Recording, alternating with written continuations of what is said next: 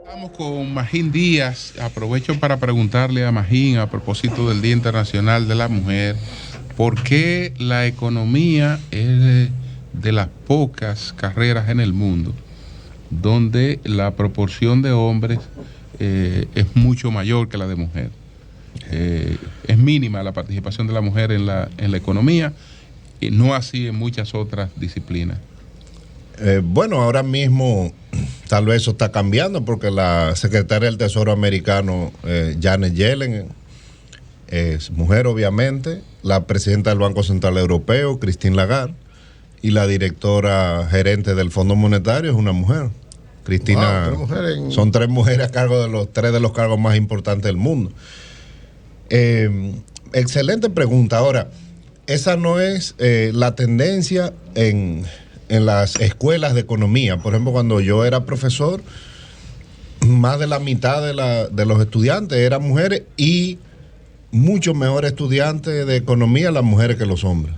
Mucho mejores. Mucho mejores. Sí. Sí, y eso yo lo vi durante años, que siempre la tendencia era esa de que las estudiantes más destacadas eran las mujeres. Entonces, yo creo que... en la UAS en los últimos tiempos se demostraba siempre que de graduados de la Facultad de Ciencias Económicas y Sociales siempre eran más mujeres que hombres. Sí. Siempre. Entonces, yo creo que esa tendencia ha cambiado. El Banco Central tiene muchas economistas jóvenes muy buenas, entonces... va a cambiar, y yo creo que tal vez pronto veremos ya más mujeres a cargo de las Los últimos datos que publicó, y esta es otra pregunta, que publicó el Banco Central, pues nos hablan de un control de la inflación. Y te pregunto, ¿hemos tenido control de la inflación?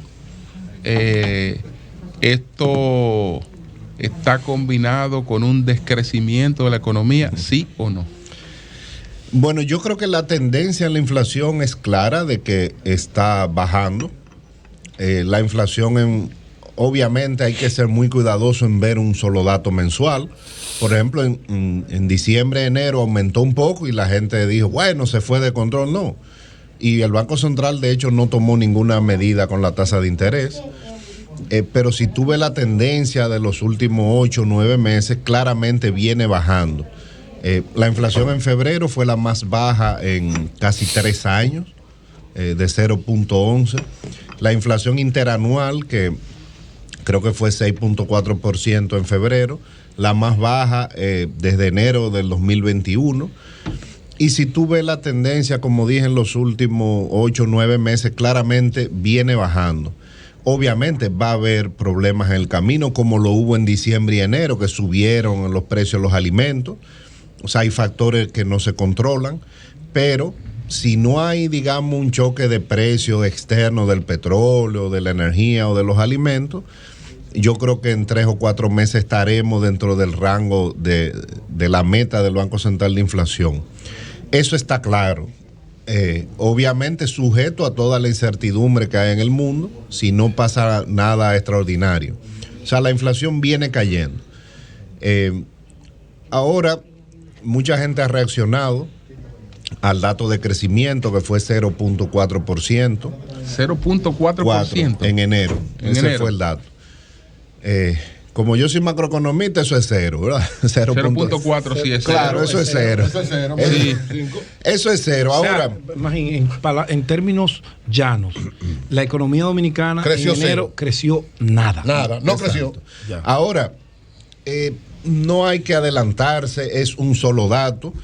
Yo creo que era esperado. Fíjate que la construcción, que cayó 11%, creo, en enero, el sector construcción viene diciendo, o sea, ya estamos en marzo y ahora es que se anuncia el dato de enero, pero ellos lo venían diciendo hace varios meses. Yo todavía estoy confiado en que la economía no va a crecer 5%, pero de que va a crecer cerca del 4% en el año. Recuérdate que estos meses nos estamos comparando nos vamos a comparar con el primer trimestre del año pasado, que veníamos rebotando. Entonces, Yo creo que hay que esperar antes de decir si hay una tendencia clara a que sea cero. Ahora, si tú ves los datos del segundo semestre, la economía ya venía desacelerándose. Primero crecía 6, después 5, 4, los últimos meses más cerca de 3%.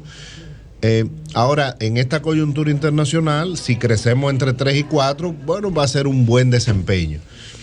Que yo creo que es posible porque el gobierno no se va a quedar de manos cruzadas. Si la economía crece 0 durante 3 o 4 meses, pues la política monetaria y la fiscal van a reaccionar. ¿Estas políticas monetarias han influido en esta baja del crecimiento? Bueno, el Banco Central no te lo va a decir así, pero como... No, te lo estoy preguntando al economista. Claro, es que ese es uno de los objetivos del Banco Central. Cuando hay un brote inflacionario, tiene que frenar la economía. Lo que pasa es que el Banco Central no te lo dice, no te lo dice así. Y es precisamente, ayer estaba Jerome Powell, el presidente de la Reserva Federal, dando su testimonio semestral en el Congreso americano, y hubo senadores que lo frieron, porque le dijeron, ven acá, usted está subiendo la tasa de interés y usted me está diciendo en su reporte que en un año va a haber 2 millones más de desempleados.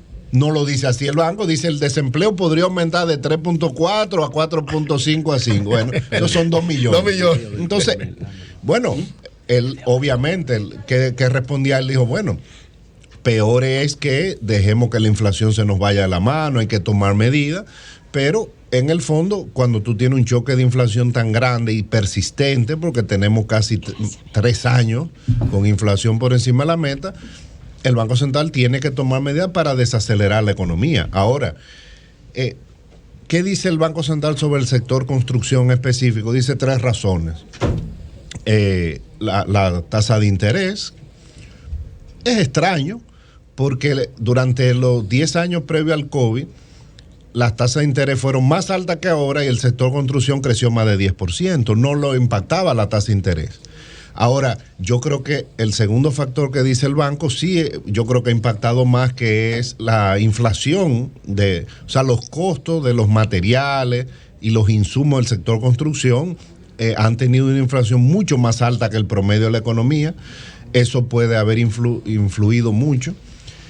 Y el tercero que menciona el banco es que el gobierno no ha invertido lo suficiente o al ritmo que decía el presupuesto en los últimos 2 años. Esos son los 3 factores que dice el Banco Central que han impactado el sector construcción, que fue el que cayó 11% en el reporte de ayer del mes de enero. 11. El sector construcción, sí. Entonces, yo creo que hay que esperar. El Banco Central no va a mover las tasas de interés ahora. No la ha movido desde noviembre, porque tiene que darse un compás de espera para ver qué pasa con la inflación, si termina ya de llegar a la meta, y qué pasa en Estados Unidos. En Estados Unidos la van a seguir aumentando. Pero mínimamente, ¿verdad? O sea, más bajito que lo que han hecho.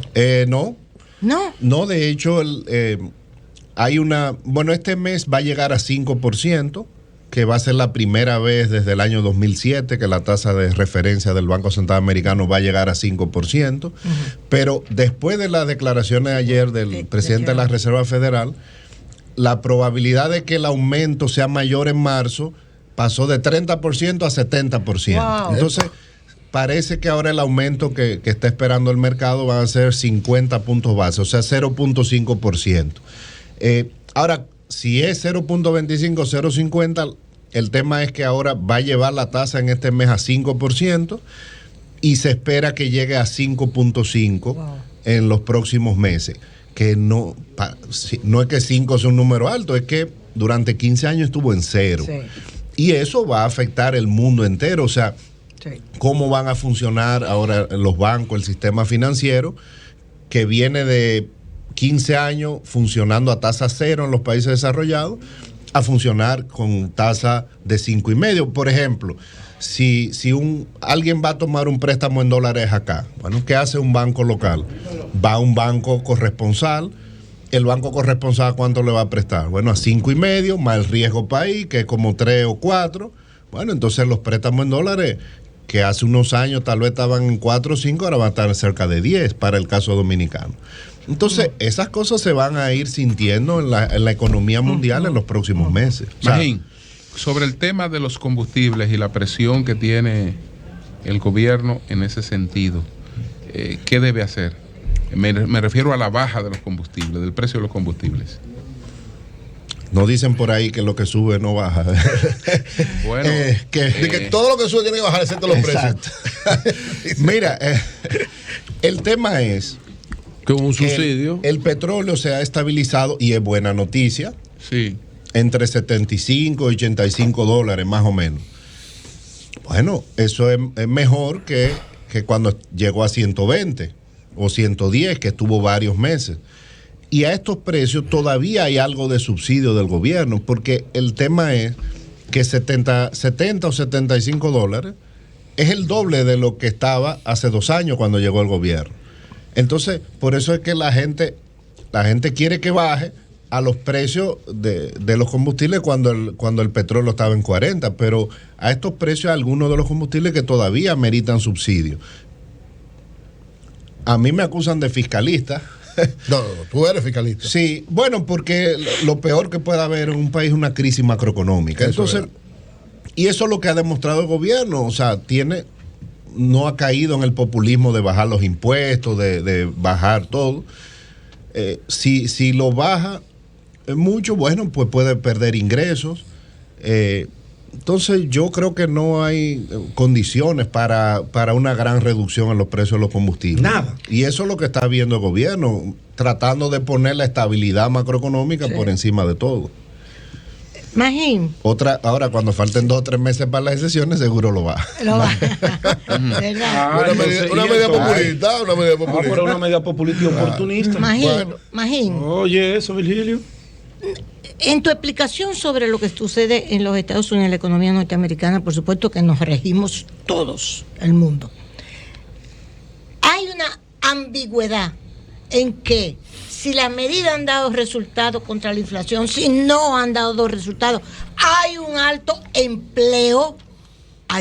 empleo que se está diciendo. Entonces, no viene esa recesión, no viene esa situación que habíamos previsto antes, pero hay un alto empleo.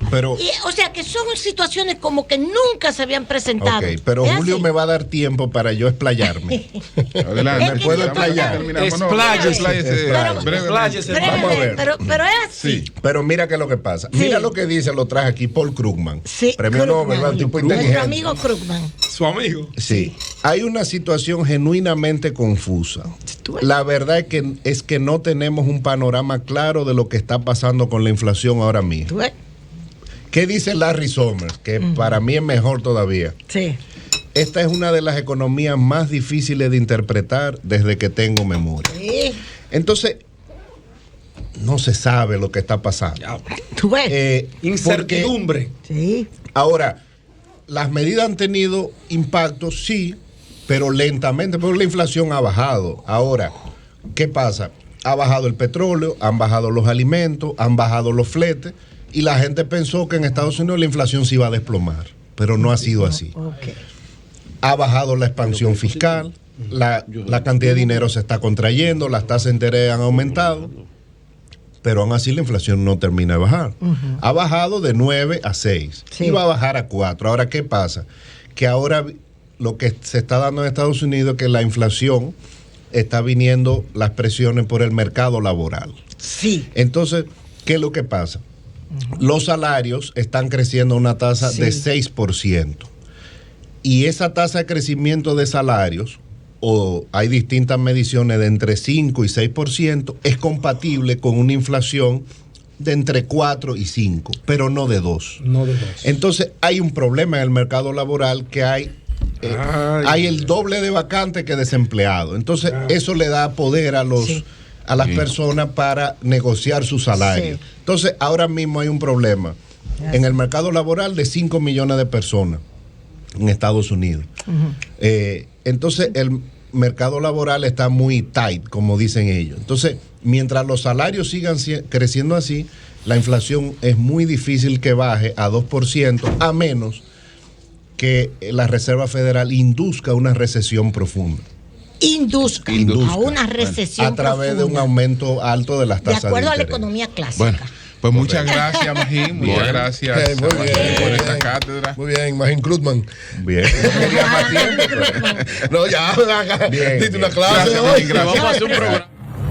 Seconza, pasteurizadora rica y Consorcio Energético Punta Cana Macao presentaron Perspectiva Económica con Magín Díaz.